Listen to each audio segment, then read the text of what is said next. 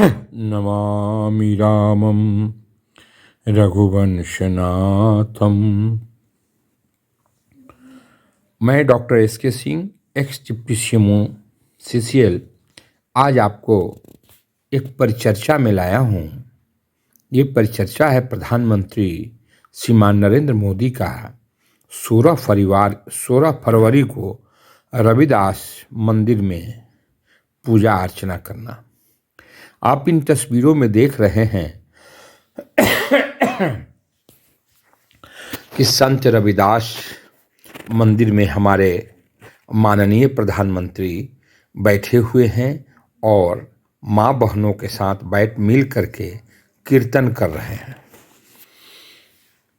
जिनके दिलों में दलितों के प्रति अपार स्नेह और प्रेम रहता है, भले ही विपक्षी कुछ भी कहें, कितनी भी गालियां दें। मणिशंकर अय्यर ने तो इन्हें कहा था, नीच तक कहा था, लेकिन हमारे प्रधानमंत्री श्रीमान नरेंद्र मोदी की बड़प्पन में कोई मिल नहीं सकता। ये नरेंद्र मोदी अपने आचरण से साबित करते हैं। मंदिर के पुजारी से हमारे प्रधानमंत्री श्रीमान नरेंद्र मोदी ने पूछा, कितने बच्चे हैं? पुजारी ने कहा कि क्या आपने उनको दाखिला दिलवाया? तो उन्होंने कहा कि नहीं, दिल्ली में हुजूर मैंने कई बार कोशिश की लेकिन नहीं हुआ। उन्होंने तुरंत अपने दिल्ली के उस प्रांतीय अध्यक्ष श्रीमान गुप्ता को बुलाया और इस जिम्मेवारी उनको सौंपी कि इनके बच्चों के नामांकन में, जिसमें एक पुत्र और एक पुत्री है, कोई विलंब नहीं होना चाहिए और संत रविदास मंदिर के पुजारी का नामांकन हो जाना चाहिए। ये बात बताते हुए मंदिर के पुजारी फपक फपक के रोने लगे और भावुक हो गए। वहीं पर माँ बहनें उस मंदिर परिसर में कीर्तन कर रही थीं, जिसे देख करके नरेंद्र मोदी ने एक कठिछाल उठा लिया और माँ बहनों के साथ बैठ करके वहीं पर और कीर्तन और भजन करने लगे। तस्वीरें साफ साफ गवाह हैं कि किस तरह हमारे प्रधानमंत्री श्रीमान नरेंद्र मोदी लोगों के बीच में ज़मीन पर फर्श पर बैठ करके कीर्तन भजन कर रहे हैं और माताएं और बहनें उनका साथ दे रही हैं। बल्कि ये कहा जाए कि माँ बहनों को साथ श्रीमान नरेंद्र मोदी दे रहे हैं। एक देश का प्रधानमंत्री, 1 अरब 30 करोड़ लोगों का प्रधानमंत्री आज फर्श पे बैठा हुआ है, माँ बहनों के चरण में बैठ करके संत रविदास के मंदिर में 16 फरवरी 2022 को भजन कीर्तन कर रहा है। मुझे ये नहीं पता कि आपको कैसा लगता होगा। जिस व्यक्ति को मणिशंकर अय्यर ने नीच कहा था, वो आदमी कितना महान है।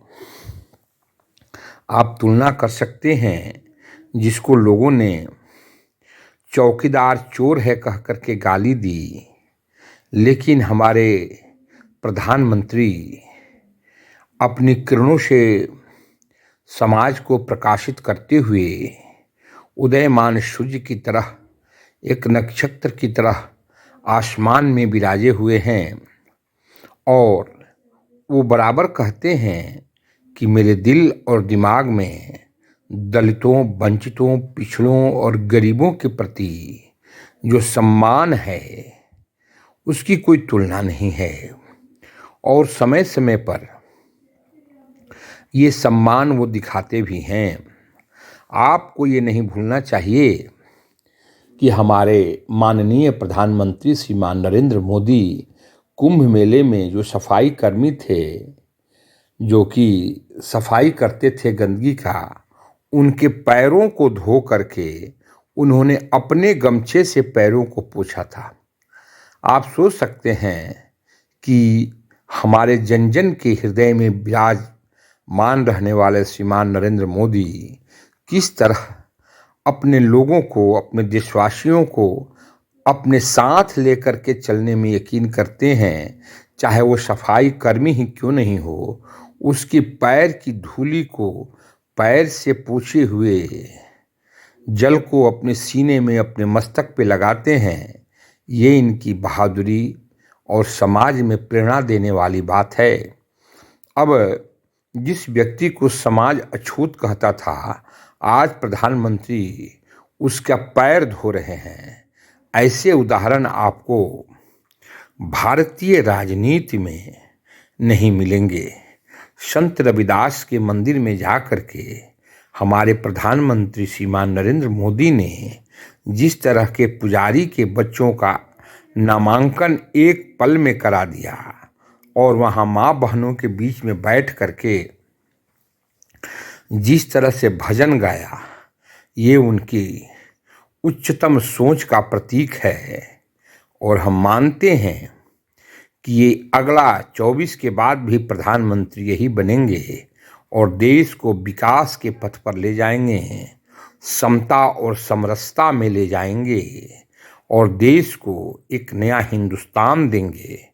ये आपको भी यकीन हो चला होगा। मुझे ये भी विश्वास है कि आज देश जो भी तरक्की कर रहा है उसमें हमारे प्रधानमंत्री का अतुलनीय योगदान है। चाहे रक्षा से क्षेत्र हो, चाहे अनुसंधान का क्षेत्र हो, जहाँ सैटेलाइट का क्षेत्र हो, दवा का क्षेत्र हो, कोरोना पर विजय प्राप्ति का क्षेत्र हो, हमारे नरेंद्र मोदी का मेहनत और दूरदर्शिता रंग लाई है। धन्यवाद।